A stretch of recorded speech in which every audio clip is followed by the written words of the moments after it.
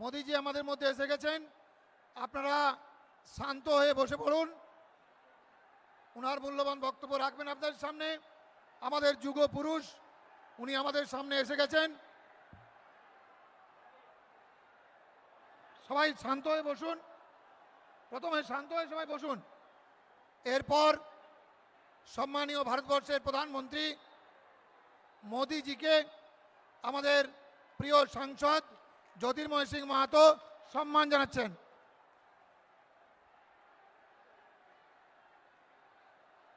সবাই শান্ত হন।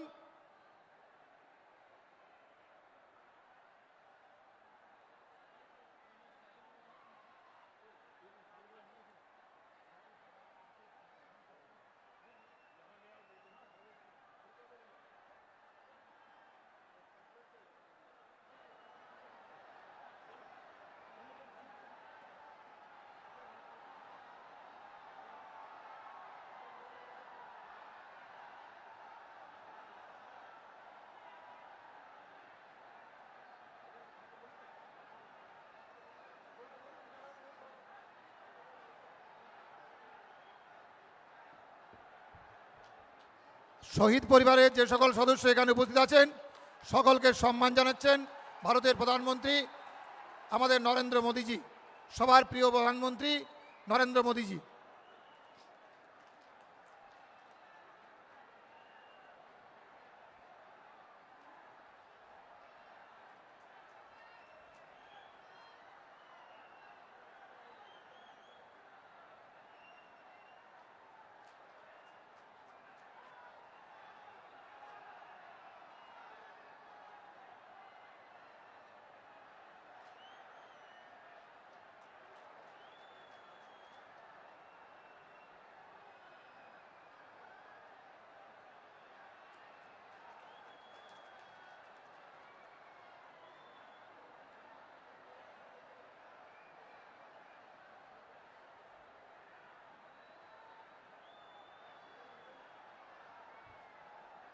এরপর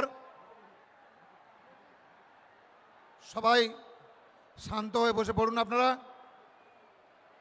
স্বাগত জানাবেন ভারতীয় জনতা পার্টির পুরুলিয়া জেলার পুরুলিয়া লোকসভার প্রিয় সাংসদ প্রিয় নেতা সম্মানীয় জ্যোতির্ময় সিং মাহাতো মহাশয়।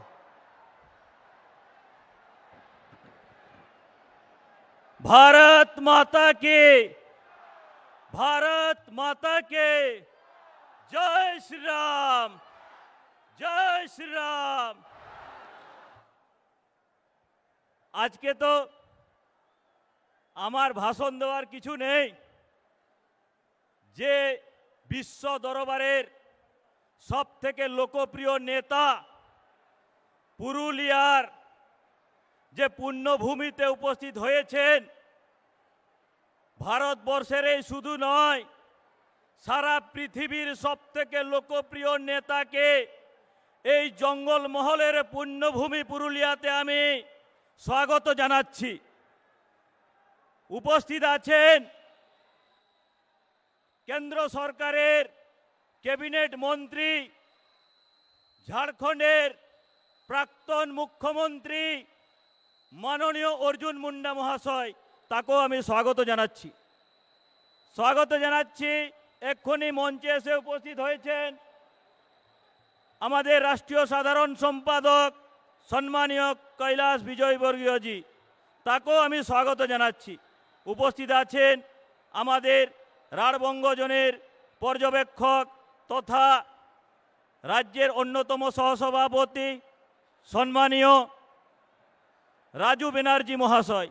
এখনই উপস্থিত হয়েছেন আজসু পার্টির সভাপতি সম্মানীয় সুদেশ মাহাতো মহাশয় এবং আমাদের মাঝের সারিতে যারা আছেন এই বিধানসভার 9 জন প্রার্থী, তাদেরকেও আমি স্বাগত জানাচ্ছি। উপস্থিত আছেন ভারতীয় জনতা পার্টির পুরুলিয়া জেলার সকল পদাধিকারীগণ, ঝাড়খণ্ড রাজ্যের প্রাক্তন সভাপতি, এই প্রোগ্রামের খুব পরিশ্রম করে সহযোগিতা করেছেন ডক্টর রবীন্দ্র রায় মহাশয়। উপস্থিত আছেন আমাদের জেলার পর্যবেক্ষক বিবেকানন্দ ভট্টাচার্য মহাশয় এবং সামনেতে যারা দাঁড়িয়ে আছেন, বসে আছেন, রোদের মধ্যে আছেন, সেই লক্ষ লক্ষ পুরুলিয়ার বাসীকে আমি নমন করে এবং তাদের পক্ষ থেকেও মাননীয় প্রধানমন্ত্রীকে আমি স্বাগত জানাই। আমি সংক্ষেপের মধ্যে বলতে চাই, মাননীয় প্রধানমন্ত্রীর নেতৃত্বে 6.5 বছর ধরে ভারতবর্ষের যা বিকাশ হয়েছে তার এই বিপরীত হয়েছে 10 বছরে পশ্চিমবাংলাতে। জঙ্গলমহলের বর্তমান পরিস্থিতি হাহাকার। হাসপাতাল আছে কিন্তু ডাক্তার নেই, স্কুল আছে মাস্টার নেই, রাস্তাঘাটের অবস্থা হাহাকার। পানীয় জলের যা সমস্যা, সেই সমস্যার বিষয়ে আমরা সকলেই অবগত আছি। মাননীয় প্রধানমন্ত্রীর নেতৃত্বে সারা ভারতবর্ষে যেরকম বিকাশ হচ্ছে, আগামী দিনেও পশ্চিমবাংলার যে 10 কোটি মানুষ, সেই মানুষের নয়নের মণি হিসেবে উনি পরিবর্তন চাইছেন। আমরাও সকলেই পরিবর্তন চাইছি। তার হাত ধরেই বাংলাতে পরিবর্তন ঘটবে এবং তিনি যে ডাক দিয়েছেন আপকি বার 200 পার, সেই 200 পার বিধায়ক নিয়ে নবান্ন এবং আমাদের যে সেক্রেটারিয়েট সেটা দখল হবে। সেই জন্য আমি সকলের কাছে অনুরোধ জানাই কি মাননীয় প্রধানমন্ত্রী জঙ্গলমহলের পুরুলিয়ার মানুষের কাছে আশীর্বাদ চাইতে এসছেন। 2 বছর আগেও লোকসভার সময় তিনি এসছিলেন, এসে যেভাবে তাকে আপনারা আশীর্বাদ করেছেন, আগামী নির্বাচনেও যে পুরুলিয়ার 9টি বিধানসভা আছে সেই 9টি বিধানসভার জন্য তাকে আশীর্বাদ করুন। মাননীয় প্রধানমন্ত্রীর হাত শক্ত করুন এবং আমি আবার মাননীয় প্রধানমন্ত্রী মহাশয়কে এই সভাতে স্বাগত জানাচ্ছি। সবাই একবার জোরদার বলবো, ভারত মাতা কে জয় শ্রীরাম। নরেন্দ্র মোদী জিন্দাবাদ, নরেন্দ্র মোদী জিন্দাবাদ। ধন্যবাদ।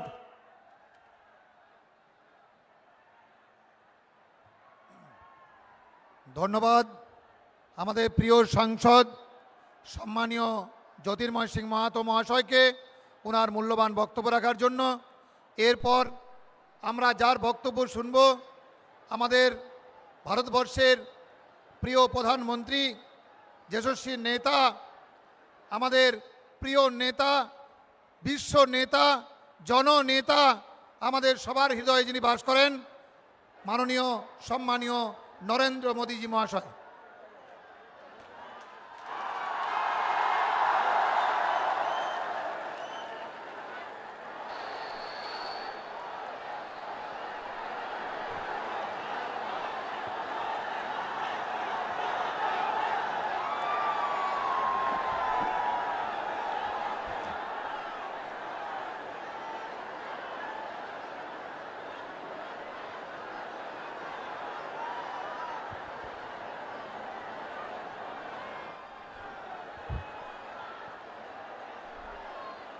भारत माता की, भारत माता की। नमस्कार। আপনারা কেমন আছেন? আমি এই রাঙ্গামাটির দেশে পা রেখে নিজেকে অনেক ভাগ্যশালী মনে করছি।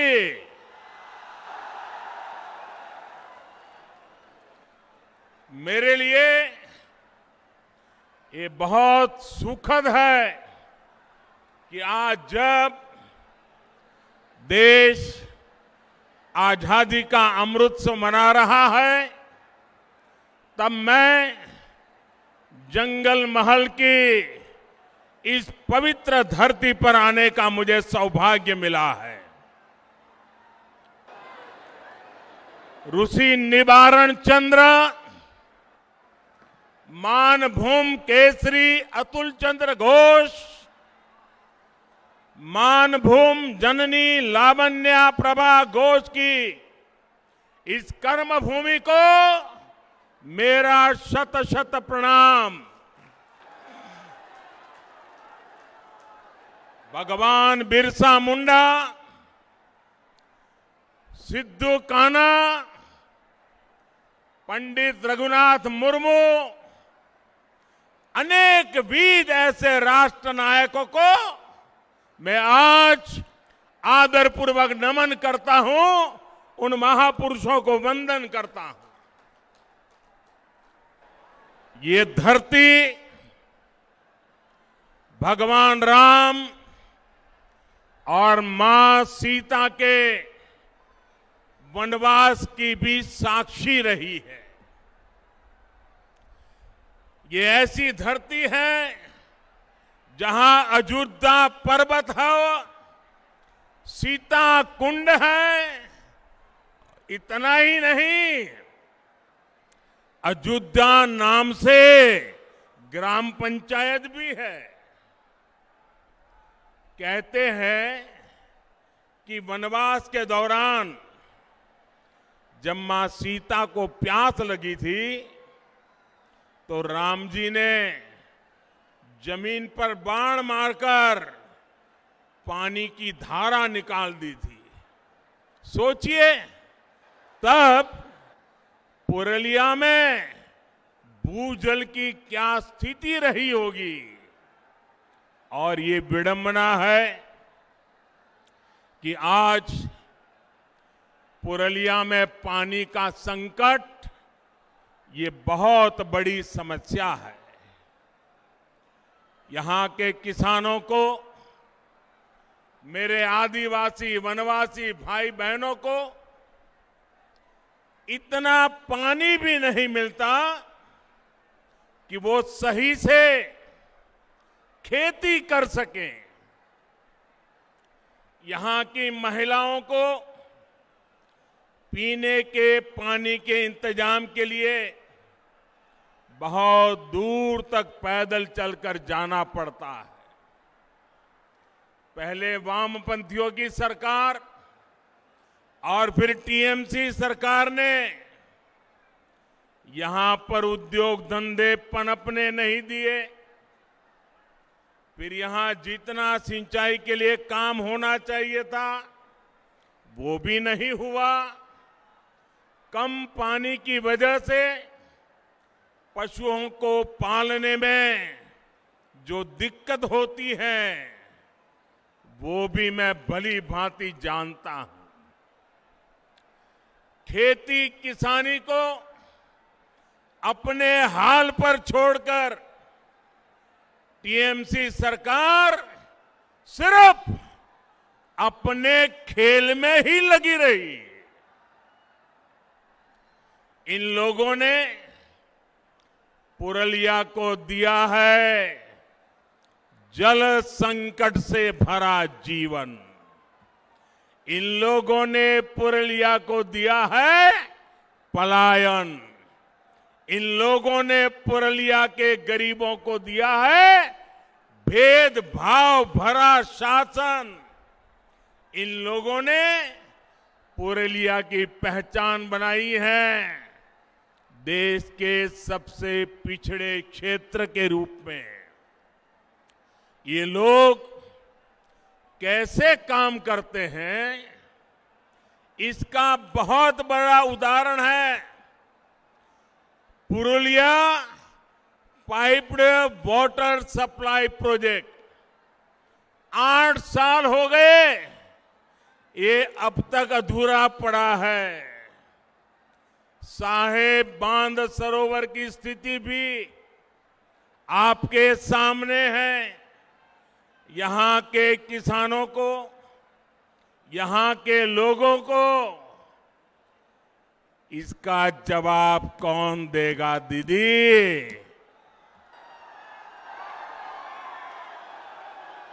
दीदी ये लोग आपसे जवाब मांग रहे हैं। जवाब मांग रहे हो कि नहीं मांग रहे हो?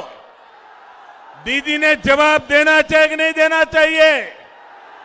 दीदी ने अपना काम का हिसाब देना चाहिए कि नहीं देना चाहिए? अरे दीदी, बोछोरेर पोर बोछोर धोरे एकटा सेतुओ तैरी करते पारलो ना तृणमूल। এখন বলছে উন্নয়নের কথা। और इसलिए आज मैं पुरलिया के लोगों को, पूरे जगल महल क्षेत्र के लोगों को विश्वास दिलाने के लिए आया हूं। बंगाल में भाजपा सरकार बनने के बाद आपकी इन दिक्कतों को प्राथमिकता के आधार पर दूर किया जाएगा। जब बंगाल में डबल इंजन की सरकार बनेगी, एक दिल्ली का इंजन और दूसरा बंगाल का इंजन, जब डबल इंजन की सरकार बनेगी तो यहां विकास भी होगा और आपका जीवन भी आसान बनेगा। यहां पुरलिया में तो टूरिज्म की भी इतनी संभावना है, यहां पर हैंडीक्राफ्ट का इतना बेहतरीन काम होता है, इन सभी को बढ़ावा दिया जाएगा। भाइयों और बहनों, इस क्षेत्र जैसा ही जल संकट देश के अन्य क्षेत्रों में भी रहा है। जहां जहां भाजपा को सेवा करने का मौका मिला, भाजपा सरकारों ने वहां सैकड़ों किलोमीटर लंबी पाइपलाइनें बिछाई, हजारों तालाब बनवाए और आज इन क्षेत्रों में पानी का संकट तेजी से दूर हो रहा है। पानी की उपलब्धता बढ़ी है तो आज वहां के किसान अलग अलग तरह की फसलों को उगाने लगे हैं। अब यही काम बंगाल के उन सभी क्षेत्रों में भी किया जाएगा जहां पानी की दिक्कतें हैं। साथियों, पुरलिया सहित इस पूरे क्षेत्र में विकास की असीम संभावनाएं हैं। इसके लिए इस क्षेत्र की कनेक्टिविटी को सुधारना बहुत जरूरी है। पश्चिम बंगाल के हर हिस्से को रेल सेवा से जोड़ना ये हमारी प्राथमिकता है। इस समय पश्चिम बंगाल के अलग अलग हिस्सों में करीब 50,000 करोड़ रुपए के प्रोजेक्ट के लिए स्वीकृति दे दी गई है। पूर्वी भारत के विकास को नई बुलंदी देने का सामर्थ्य रखने वाले ईस्टर्न डेडिकेटेड फ्रेट कॉरिडोर का एक सेक्शन शुरू भी हो चुका है। 2 मई के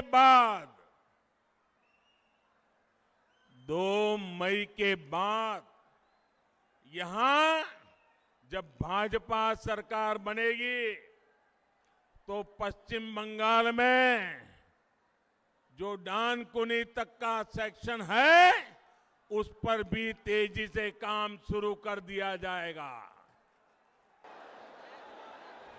पुरलिया भी इस कॉरिडोर से जुड़ेगा और यहां उद्योगों के लिए, रोजगार के लिए अनेक अवसर बनेंगे।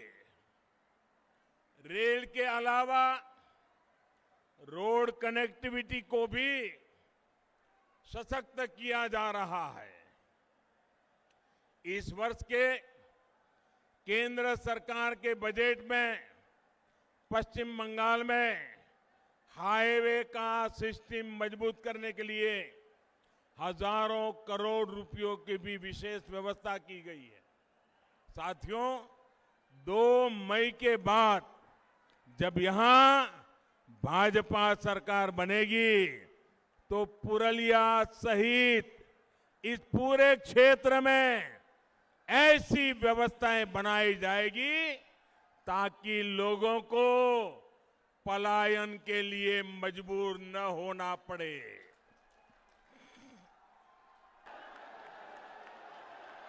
यहां कृषि आधारित उद्योगों को बल दिया जाएगा ताकि यहां के युवाओं को यहीं पर ज्यादा से ज्यादा रोजगार मिल सके।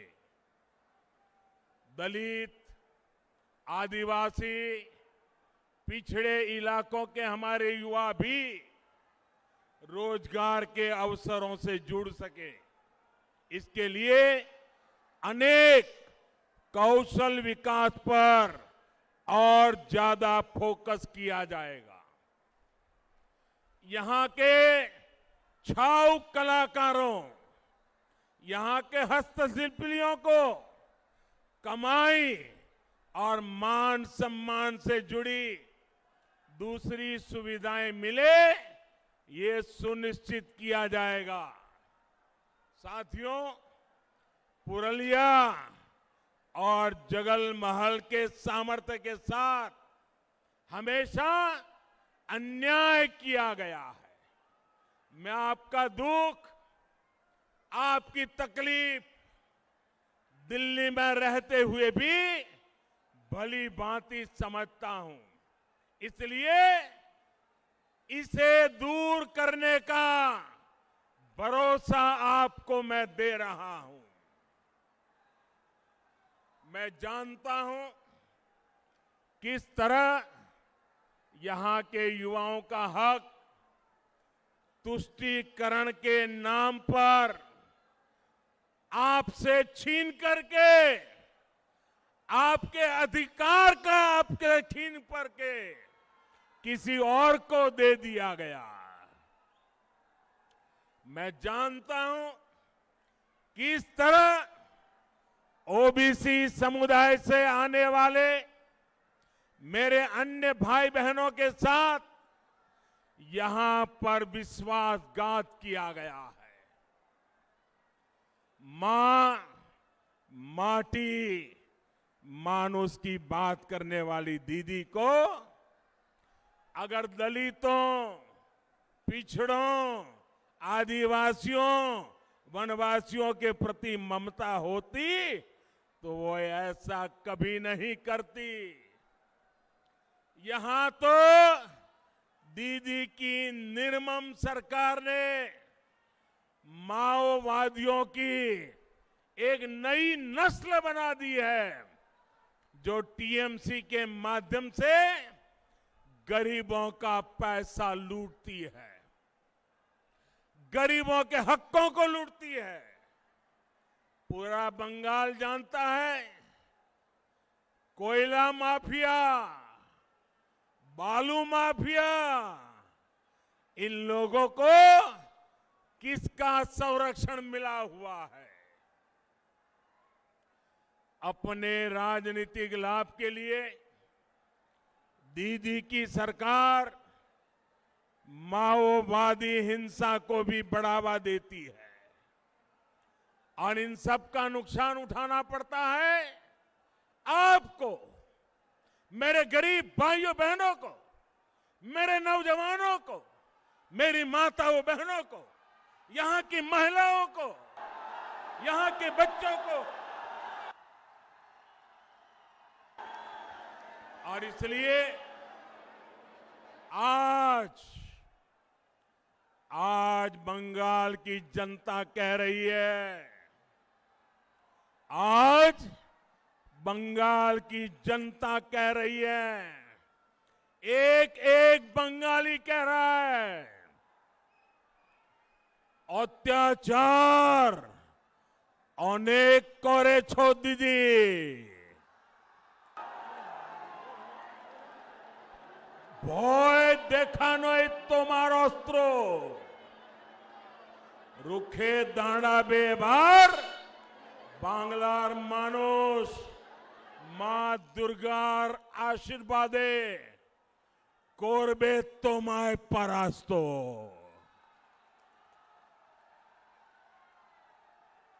भाई और बहनों, आपका यह उत्साह दिखा रहा है कि टीएमसी की पराजय तय है।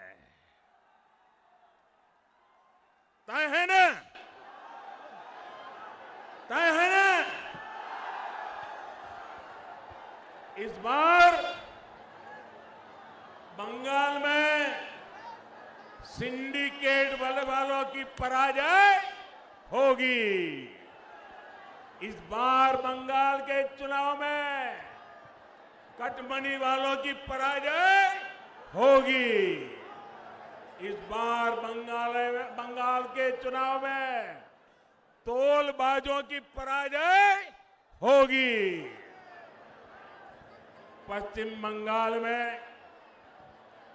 टीएमसी के दिन अब गिनती के ही रह गए हैं और ये बात ममता दीदी भी अच्छी तरह समझ रही है और इसलिए वो कह रही है खेला होवे, खेला होवे। जब जनता की सेवा की प्रतिबद्धता हो, जब बंगाल के विकास के लिए दिन रात एक करने का संकल्प हो, तो दीदी खेला नहीं खेला जाता, दीदी खेला नहीं खेला जाता। और इसलिए दीदी बोले खेला होवे, बीजेपी बोले चाकरी होवे। दीदी बोले खेला होवे, बीजेपी बोले विकास होवे। दीदी बोले खेला होवे, बीजेपी बोले शिक्षा होवे। दीदी बोले खेला होवे, बीजेपी बोले महिलादेर उत्थान होवे। दीदी बोले खेला होवे, बीजेपी बोले যুব শক্তির সম্পূর্ণ বিকাশ হবে। দিদি বলেন খেলা হবে, বিজেপি বলে সবার পাকা বাড়ি হবে। দিদি বলেন খেলা হবে, বিজেপি বলে প্রত্যেক ঘরে কল হবে আর কলে পরিষ্কার জল হবে। দিদি বলেন খেলা হবে, বিজেপি বলে গ্রামে গ্রামে জন সুবিধা হবে। দিদি বলেন খেলা হবে, বিজেপি বলে হাসপাতাল হবে। দিদি বলেন খেলা হবে, বিজেপি বলে স্কুল হবে। দিদি স্কুল হবে। দিদি ও দিদি,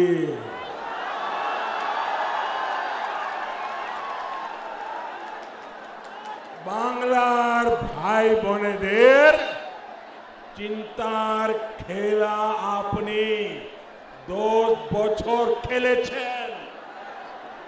খেলা শেষ হবে, বিকাশ আরম্ভ হবে।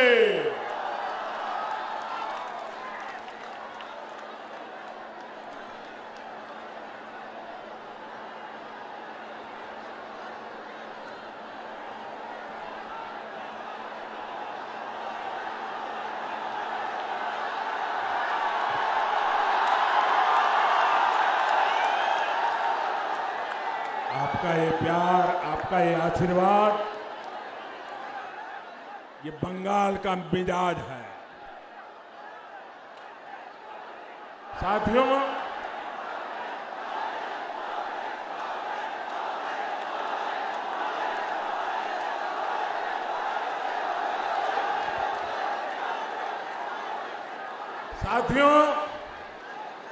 दीदी को बंगाल के लोगों के हितों से ज्यादा खेल की चिंता पड़ी है, लेकिन दीदी ये भूल रही है कि इस बार खुद बंगाल की जनता उनके विरोध में खड़ी है। 10 साल का विश्वासघात, 10 साल की दुर्नीति, इसकी सजा अब बंगाल के लोग इस चुनाव में उन्हें दे करके रहेंगे। कोलकाता की ब्रिगेड रैली के बाद जो कुछ भी हो रहा है वो आप भी देख रहे हैं, देश भी देख रहा है। 10 साल के तुष्टीकरण के बाद लोगों पर लाठियां, डंडे चलवाने के बाद अब ममता दीदी अचानक बदली सी दिख रही है।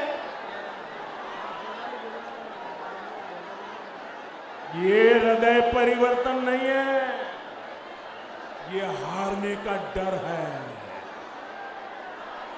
ये बंगाल की जनता की नाराजगी है जो दीदी से ये सब कुछ करवा रही है। दीदी, आप ये सब करते रहिए, हर तरह से खेलते रहिए, लेकिन ये मत भूलिए कि बंगाल की जनता की याददाश्त बहुत तेज होती है। बंगाल की जनता को याद है कि गाड़ी से उतरकर आपने कितने लोगों को डांटा फटकारा है और पुलिस को कह रहे थे पकड़ो, जेल में डाल दो। तुष्टीकरण के लिए आपकी हर कार्रवाई बंगाल के लोगों को याद है। साथियों, आपको याद है ना, दीदी के सारे कारनामे याद है ना, बंगाल की जनता को याद है जब आपने देश की सेना पर तख्ता पलट की कोशिश का आरोप लगाया। जब पुलवामा हमला हुआ तो आप किसके साथ खड़ी थी, ये भी बंगाल के लोग भूले नहीं। साथियों, 2-3 दिन पहले दिल्ली की एक अदालत ने एक बहुत बड़ा फैसला सुनाया। ये फैसला बाटला हाउस एनकाउंटर से जुड़ा है। इस एनकाउंटर ने भारत में आतंकवाद और आतंकवाद के पीछे जो ताकतें हैं उनके असली चेहरे को उजागर कर दिया। इसी एनकाउंटर में एक आतंकी की गोली ने देश के जांबाज सपूत इंस्पेक्टर मोहन चंद्र शर्मा जी को शहीद कर दिया था। अदालत ने अब उस आतंकी को फांसी की सजा सुनाई है, लेकिन ममता दीदी और उन पार्टी का उस समय का व्यवहार कोई भूल नहीं सकता। ये लोग उस समय आतंकवादियों के साथ खड़े थे, एनकाउंटर पर सवाल खड़े कर रहे थे। तुष्टीकरण के लिए ये लोग किस हद तक जा सकते हैं, ये इसका बहुत बड़ा उदाहरण है। बंगाल में घुसपैठ को हवा देने के पीछे भी वजह एक ही है, तुष्टीकरण, वोट बैंक की सियासत। देश को वंदे मातरम का पाठ पढ़ाने वाली इस पवित्र धरती पर दीदी के इस व्यवहार की उम्मीद किसी को नहीं थी। इसलिए बंगाल के लोग बहुत पहले से मन बना चुके हैं। बंगाल के लोग बहुत पहले से कह रहे हैं, लोकसभा में टीएमसी हाफ और इस बार पूरी साफ।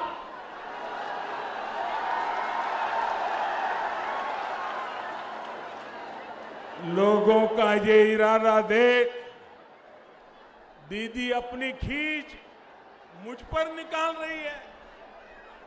वो क्या क्या नहीं कह रहे, वो भाजपा के कार्यकर्ताओं पर भी भड़की हुई है। लेकिन हमारे लिए तो देश की करोड़ों बेटियों की तरह दीदी भी भारत की एक बेटी है, जिनका सम्मान हमारे संस्कारों में रचा बसा है। और इसलिए जब दीदी को चोट लगी तो हमें भी चिंता हुई। मेरी भगवान से प्रार्थना है कि उनके पैरों की चोट जल्द से जल्द ठीक हो। भगवान के प्रार्थना कोरी आपनी शीघ्र ही सुस्त हो उठे। साथियों, पश्चिम बंगाल तभी प्रगति कर सकता है जब विकास प्रक्रिया में सभी साझेदार एक साथ आ सके। लेकिन दलित दीदी ने बंगाल के दलितों, पिछड़ों, आदिवासियों, वनवासियों को कभी अपना साझेदार माना ही नहीं।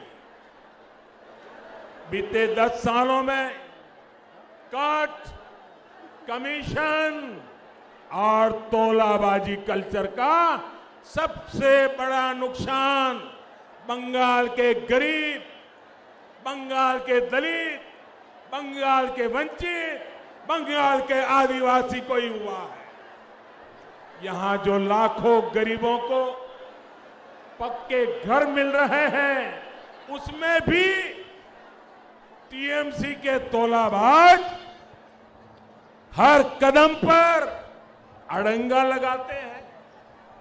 केंद्र से गरीब के लिए सस्ता चावल भेजा जाता है, उसको भी टीएमसी के तोलाबाज नहीं छोड़ते। बीते साल कोरोना के समय जब महीनों तक मुफ्त चावल और दाल का प्रबंध किया गया, तो दीदी के तोलाबाजों ने उसमें भी घोटाला कर दिया।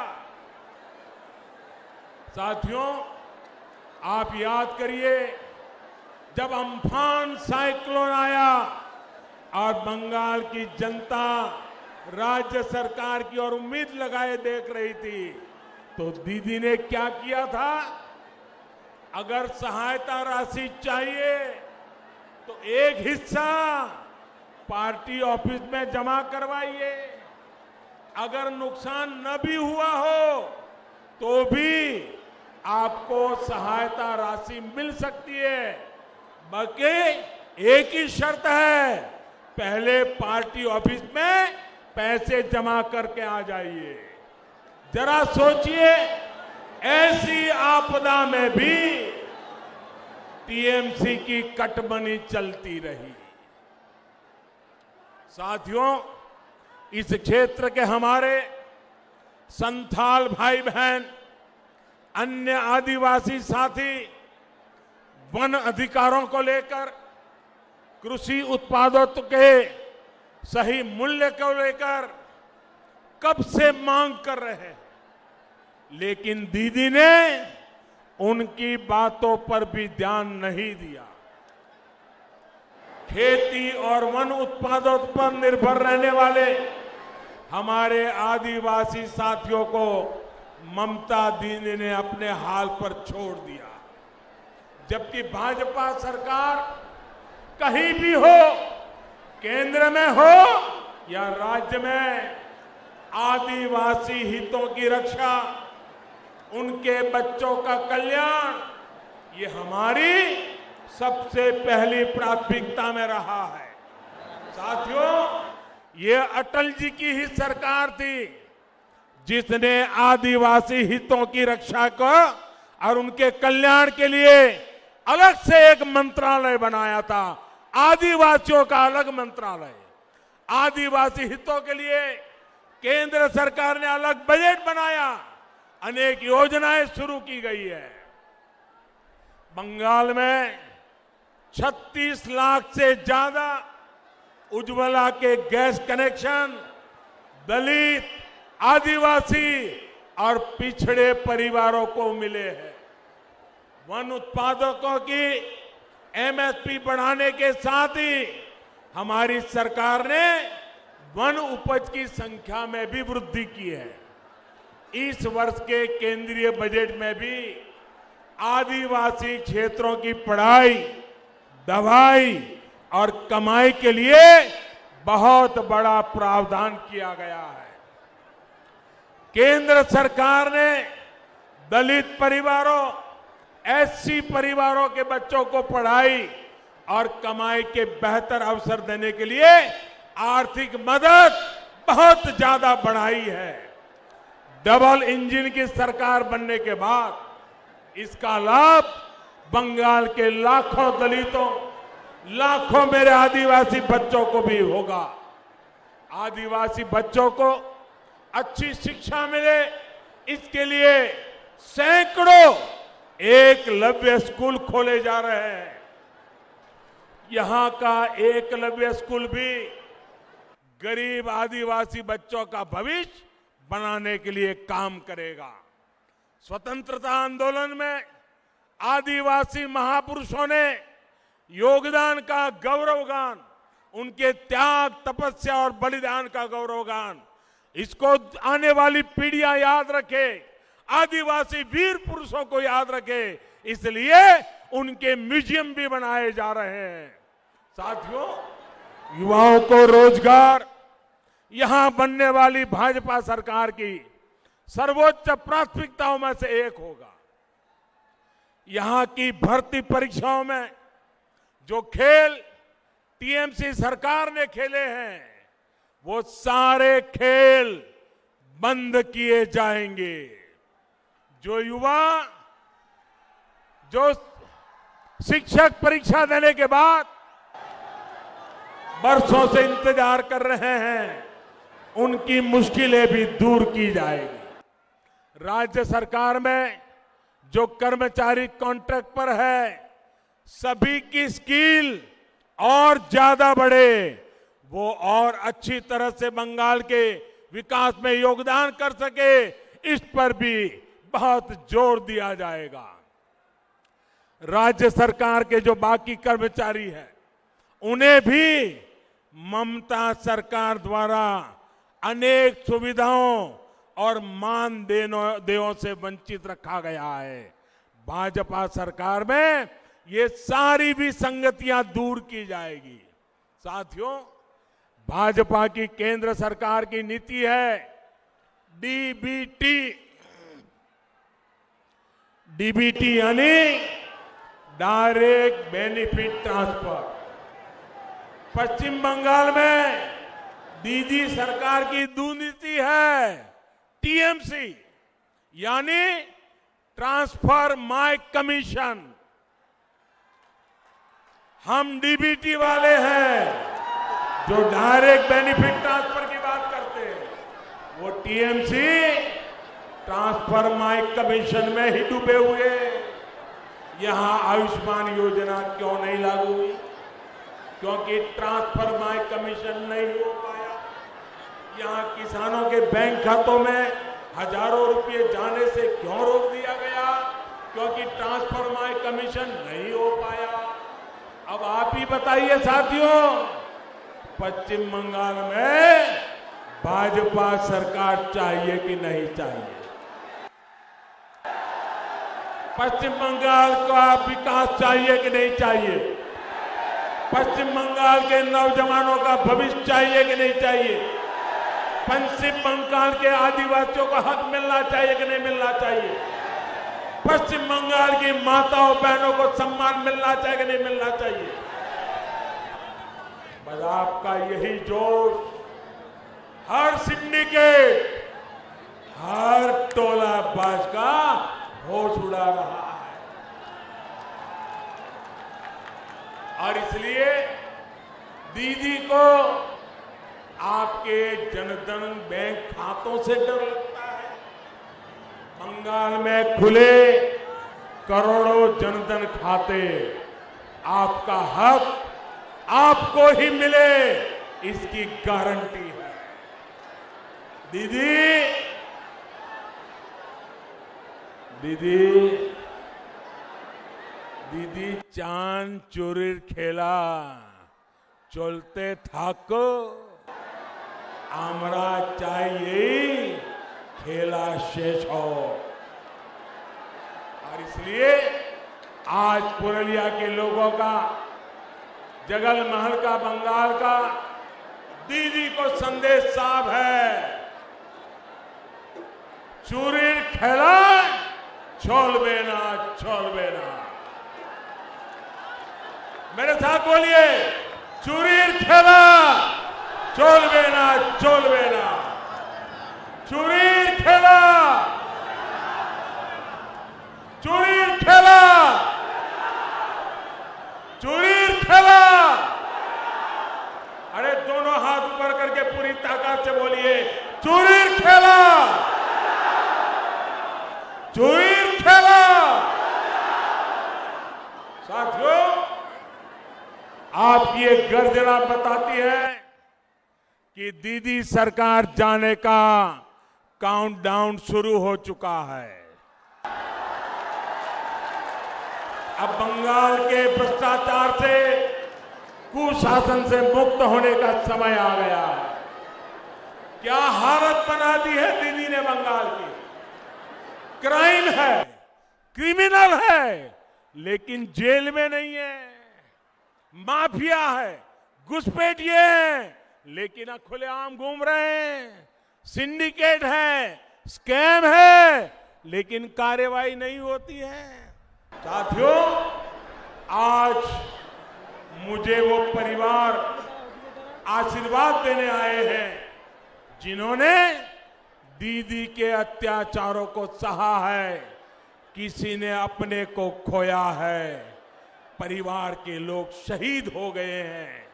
ये पुरुलिया के वो परिवार है जिन्हें दीदी के विरोध की सजा दी गई, फांसी पर लटका दिया गया। इनके परिवार के नौजवानों को फांसी पर लटका दिया गया, गोलियां मार करके निर्ममता से हत्या कर दी गई। खुलेआम ये धमकी दी गई कि बीजेपी का साथ दोगे तो यही होगा। ये किस तरह का राज चला रही हैं आप दीदी। अभी कल रात ही 24 उत्तर परगना में कई जगहों पर बमबाजी हुई है, बम फेंके गए हैं, बीजेपी कार्यकर्ताओं को निशाना बनाया गया है। ये स्थिति ठीक नहीं है।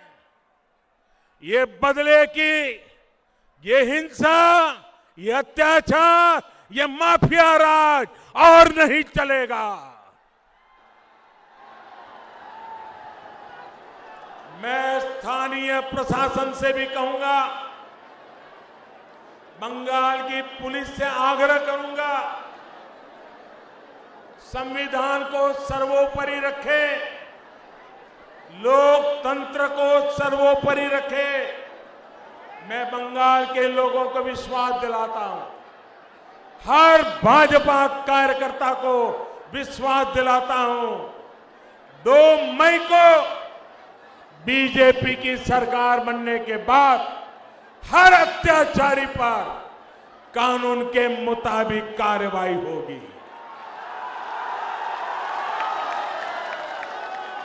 बीजेपी की सरकार में कानून का राज फिर से स्थापित किया जाएगा।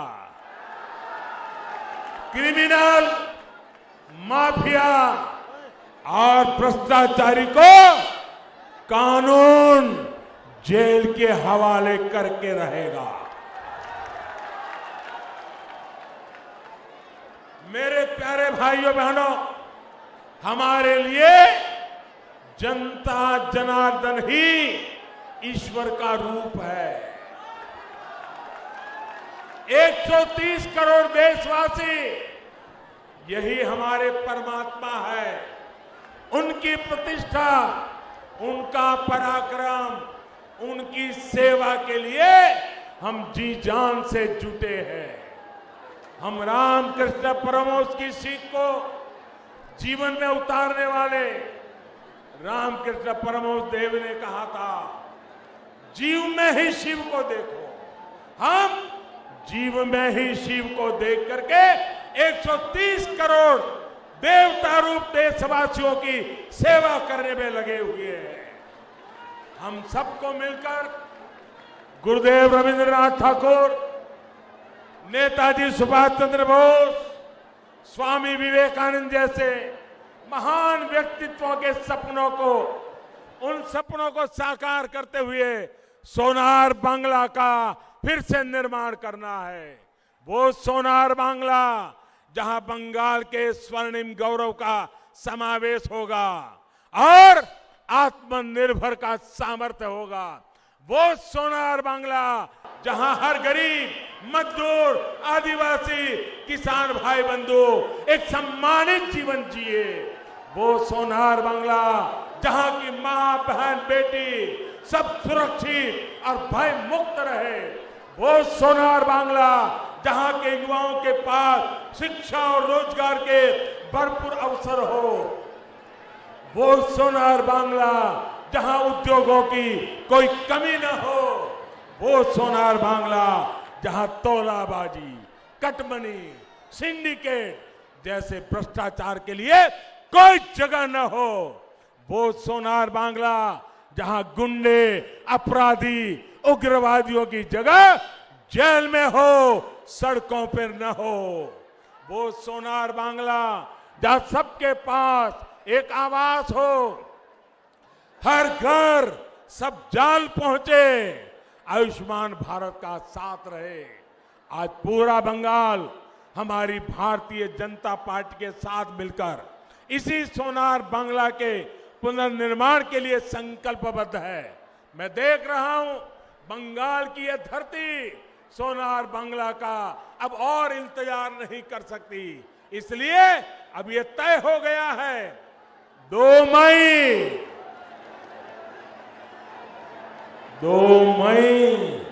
दीदी जाच्छे। 2 मई दीदी, 2 मई दीदी जाच्छे। 2 मई दीदी जाच्छे। 2 मई दीदी जाच्छे। আসল পরিবর্তন আছে।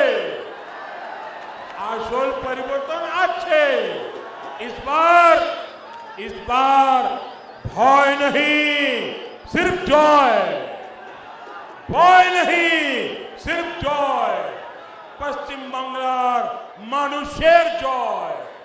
इस बार जोर से छाप, कमल छाप। इस बार जोर से छाप, कमल छाप।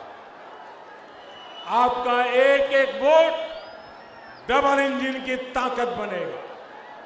कमल छाप पर पड़ा हर वोट आशोल परिवर्तन लाएगा, सोनार बांग्ला का निर्माण करेगा। बंगाल के एक एक व्यक्ति को याद रखना है, ये समय अपनी मातृभूमि के लिए कुछ कर गुजरने का समय है।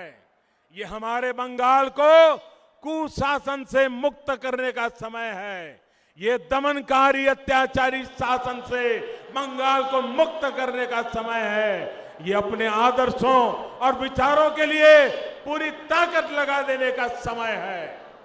आपके पास सुनहरा अवसर है, आपने राष्ट्र निर्माण में योगदान देने का। हम बस मंजिल तक पहुंच गए हैं, मंजिल तक पहुंच गए हैं। आशोल परिवर्तन के संकल्प के साथ हम यहां से अपने गांव, अपने घर जाएंगे और घर घर ये संदेश पहुंचाएंगे, एक एक परिवार तक पहुंचाएंगे। पहुंचाएंगे ना? घर घर जाएंगे, लोगों को बताएंगे, मतदान करवाएंगे, कमल खिलाएंगे, सोनार बंगला बनाएंगे। इसी आग्रह के साथ आप सभी का बहुत बहुत धन्यवाद। मेरे साथ पूरी ताकत से बोलिए, दोनों हाथ ऊपर करके बोलिए, भारत माता की, भारत माता की, भारत माता की, वंदे वंदे वंदे वंदे वंदे वंदे वंदे वंदे। बहुत बहुत धन्यवाद।